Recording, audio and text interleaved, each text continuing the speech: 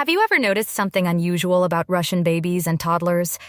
You'll often see very young children sitting calmly in strollers in cold weather, toddlers trying to feed themselves, and kids who seem surprisingly composed in public spaces. Not because they're forced into silence, and not because they're afraid, but because of a very different parenting philosophy that has shaped generations. In Russia, there is a concept called vospitanie, which means raising a child's character, not just managing their behavior. It's pronounced vospitanie. It's not a single technique, but a mindset. The idea is that children learn emotional stability, responsibility, and resilience through calm structure, routine, and respectful interaction with adults. In many modern Western homes, parenting often focuses on constant engagement, keeping the baby entertained, reducing every moment of discomfort, quickly fixing every cry, surrounding the child with stimulation, sound, and distraction. The goal is often happiness in the moment. But in traditional Russian parenting, the focus is slightly different. The goal is not constant happiness. The goal is emotional strength over time.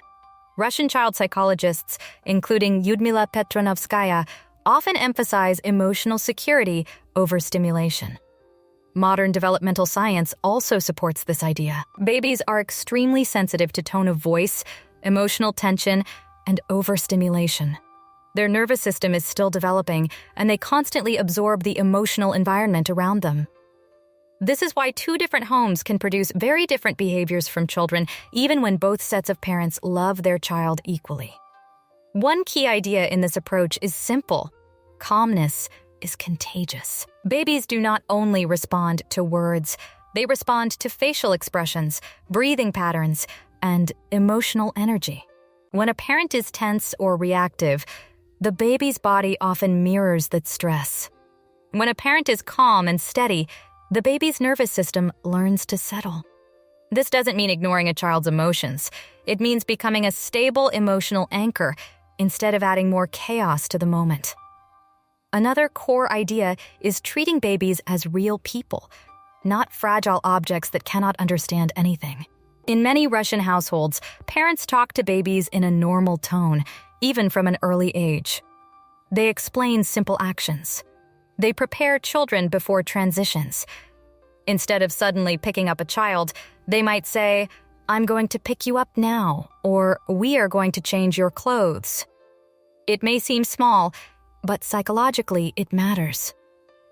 Predictability creates safety. When a baby begins to recognize patterns in daily life, their stress levels decrease. The world feels less random and more understandable. Compare this to a very common modern habit: constant interruption. Fast transitions, sudden movements, loud reactions, or overwhelming stimulation. Even though it is often done out of love and excitement, from a baby's perspective, it can feel chaotic. A calmer, more predictable environment helps the child build trust in their surroundings. Another important principle is allowing small frustrations instead of removing every challenge.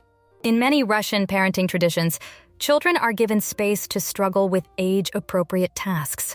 Whether it's trying to stack a toy, attempting to put on shoes, or reaching for something slightly out of reach, parents often pause before stepping in. This pause is not neglect. It is intentional. Because development does not happen when everything is done for the child. It happens in the small gap between struggle and success. When a child tries, fails slightly, adjusts, and then succeeds, they build persistence and confidence. Modern parents often fall into the habit of rescuing too quickly. If a child gets frustrated, the toy is immediately handed over. If they struggle, the task is completed for them. If they cry, distraction is instantly provided. The problem is not kindness. The problem is removing every opportunity for growth. When children never experience manageable frustration, they may become more emotionally dependent on external regulation. But when they are allowed small, safe challenges, they begin to build internal strength. Another powerful principle is emotional regulation from the parent first. In Russian parenting philosophy, the adult is expected to lead the emotional tone of the situation, not through yelling or control, but through calm authority. Babies are extremely sensitive to emotional shifts. If a parent becomes loud, rushed, or panicked, the child often escalates even more. But when the parent lowers their voice, slows their movements, and stays steady, the child's nervous system often begins to settle. This is not about being perfect. No parent is calm all the time. It is about awareness. The moment you notice your own stress rising, you pause before reacting. Even a simple breath before responding can change the entire emotional direction of an interaction.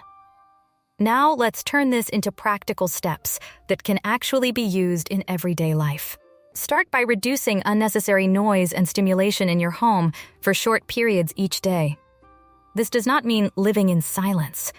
It means creating intentional, calm moments where there is no background TV, no constant digital noise, and fewer distractions. Many babies become calmer not when more is added, but when less is happening around them. Second, start narrating transitions instead of surprising your child. Before changing activities, gently inform them. In a few minutes, we will clean up. I'm going to pick you up now. After this, it will be bedtime.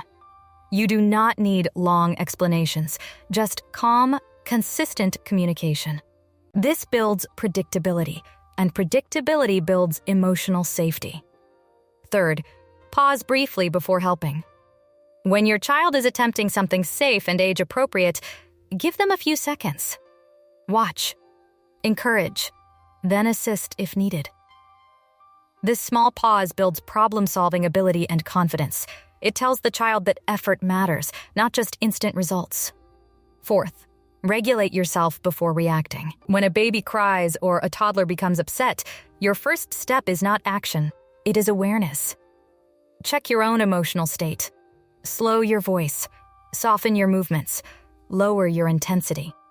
Because your calm becomes their calm. These changes do not require a completely different lifestyle. They are small adjustments in timing, tone, and awareness. But over time, they can significantly change how a child experiences stress, challenge, and emotional safety.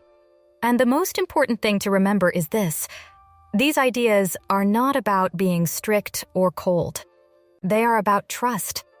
Trusting that your child can grow through small challenges. Trusting that calmness teaches more than panic.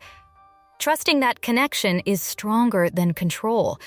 You are not trying to create a perfect parenting system. You are creating an emotionally safe environment where your child can slowly build confidence in themselves and the world around them. So the question is simple. Which of these habits surprised you the most? And which one will you try first this week? Let me know in the comments. And if you want more science-based parenting insights from different cultures around the world, subscribe. Because parenting isn't about perfection. It's about connection, consistency, and helping a child grow into who they're capable of becoming.